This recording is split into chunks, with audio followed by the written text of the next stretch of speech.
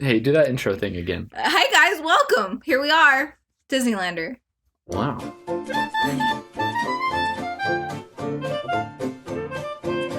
Welcome to another Disneylander. I am here again with Aurora, bringing you another top 3 list. We like to talk about our favorite things. In threes. Today we're bringing you our top 3 favorite queues in the Disneyland resort. That's Disneyland and California Adventure. Queues being the lines for the rides. We're starting with our least most favorite, working up to our most favorite queue at Disneyland. Yes. And California Adventure. Yes. Do you want to start this one? Okay. My third most favorite queue Yes. is for Soarin over California. Soarin over California. That is a ride, a queue, where the outside in the switchbacks is, it's okay. It's switchbacks outside. But inside and the music playing, you're just like, ooh, I like this ride. And you get excited. The music, I don't know why. It's, you know the Soarin' music, and it feels good. It's like I'm there. Wow, I don't think that was right at all. I don't think it was. Anyway. And then you, when you go farther and you watch the pre-flight boarding video. It's a classic. Yes. With a good old Patrick. Good old Patrick. I call him Kronk. Good old Kronk. I love Soarin' because the cue for Soarin'. Because of the music in that video. Yeah. It's a good environment. I gotta say, I don't think I've ever stood in the standby for that line. I always just go fast pass, you get the nice... I agree, the building in there is pretty nice, not too exciting, but it's that flight museum and it's the anticipation building, because you know it's coming. And then that pre-boarding video. My top 3, my least most favorite queue, where it's quite a far walk away from Soarin', over Disneyland, the Haunted Mansion. Oh, yes. I love the exterior, it's a great building, and obviously the outside, it is, especially this Haunted Mansion, more so than the others, Walt wanted, because Walt designed this one by himself, with a team. He did it all by himself. Nope. Well, Disney Walt magic. Actually hammered every board in the Haunted Mansion himself. He did. Little known fact. Yeah, Disneylander fact for you.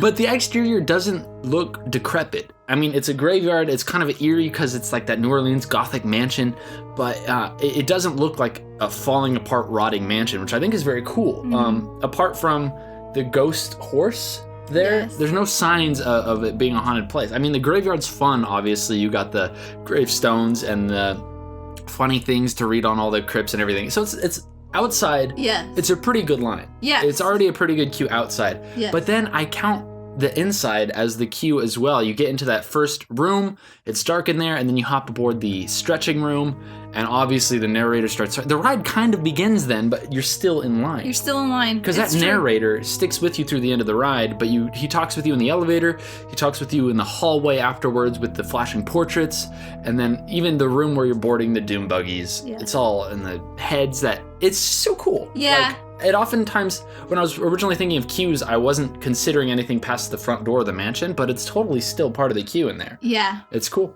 Yes. There's nothing else like that. I agree. That's wonderful. Disney magic. Moving on. My second favorite queue. Second favorite queue. Is for Indiana Jones. All right. Yeah. It's not my number 1 just because it's very tight and dark the further you get inside, and I don't deal very well with that. It's a trek. But it is one of my most favorite queues. Yeah. Because it's amazing. It's probably, even though it's my number 2, just because of my personal issues, it's probably the best queue in... It's incredibly immersive. Both parts. It sets you up so well. If you just hopped on that ride without going through that queue first, it'd be a different experience. It's true. Like, you're in the mindset of Indiana Jones when you get there. It's true. Yeah, it's true. It's true. My hair is really bugging me today. I'm sorry. Here, I'll just make it even worse. Cool. Good. Great. Thank you. Mm-hmm. Would you please move on to your number 2? My number 2, again, we're like hopping back and forth all the way back over in California Adventure. Guardians, what was actually called the Tavon Collection, Mission Breakout, whatever you want to call it. It was disappointing because Tower of Terror had one of the best queues of all time. I thought it was an epic queue adventure. Set you up for immersion, and then the pre-room and the boiler room. I mean, it's amazing. But they didn't disappoint with Guardians, and in fact, I think the queue is my favorite part of the ride. Yeah. Entering, even outside, you got all of everything's part of Tavon's collection. You got the bushes and these weird plants. I'm like, where in the world did they get these? They look alien, and they're supposed to be alien, and they have plaques detailing where they're from, and then you get inside the building, and obviously the collector's collection is there. Lots of cameos, hidden things, references to movies, artifacts from the Marvel Universe. And I don't know if it's happened, I believe they cycle props out. Like some of them are actual props from the movies. So that queue is changing. That's cool. And then you obviously got the pre-screening room with Rocket. It's fun seeing him up there doing his thing. Cool pre-show. The boiler room I think it was better actually in Tower of Terror, but you do have the classic Harold the Yeti from Matterhorn stand. It's cool. It's a very cool. It sets you up with the whole put your hands up, scan your hands. It's a cool queue. I like queues that just get you in the zone of the ride. Yeah. I agree. Speaking of getting you in the zone of the ride, your number one. My number one is Roger Rabbit's Cartoon Spin. Yeah. I love that queue so much. Yeah. Just like Bram said, the queue is my favorite part of the ride. It's exactly what I feel Toontown is. It's such a good queue. It is. It's really cool. It really matches the vibe of the movie. And I wish that Toontown as a whole, outside of that line, looked like that line looks. Yeah.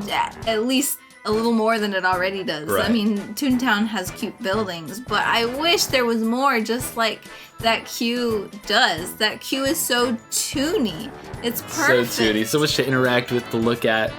Whether or not you are familiar with Roger Rabbit and the characters in the universe, it's a very cool. I love sets that up the style. story. Yes. Yeah. It gets you, and you know what's happening. That is a fast pass. You cut through every detail of that whole queue.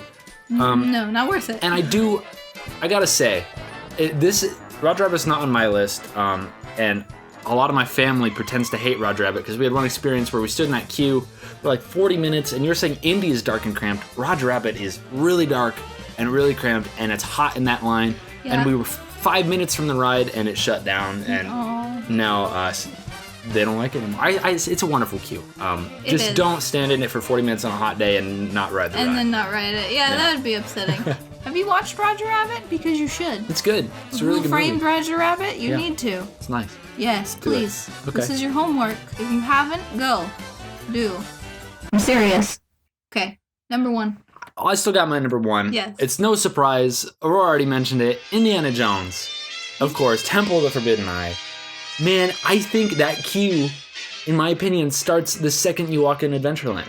Yeah, it's true. Adventureland is like, for that ride, you're in the jungle, and you see off to the side, deeper in the jungle, you're like, oh, there's a temple in there. If you're on Jungle Cruise, you just see through the trees the temple over there, and you approach the temple, and there's so much story to it, so much lore. Like, if the temple was just the temple, it'd be awesome, but the fact that you got the 20s news broadcasters telling you the story and playing the music and news updates like, oh, Indy's been missing, it's just, there's so much detail. In general, Disney World, the Magic Kingdom, has 100% better queues. Every ride has a better queue in Magic Kingdom than in Disneyland. Obviously, the Magic Kingdom doesn't have Indiana Jones, but Indiana Jones is bigger and better than any queue over there. Yeah. There's another version of Indiana Jones in Tokyo, and that one is instead of themed being in India, where our Indy is in India, in Tokyo it's in South America. So you got the big like Mayan temple, which is awesome, but I haven't been there myself. Looking at videos and pictures of it, I still think our queue is better. It's incredible. Awesome queue. Yes. Tight, dark, thematic, immersive. Wonderful. My number one. Wonderful. Wonderful. This video is epic. Hey, thank you so much for watching another Disneylander. This was recorded back in the start of January. I'm guessing this is going to be up around February.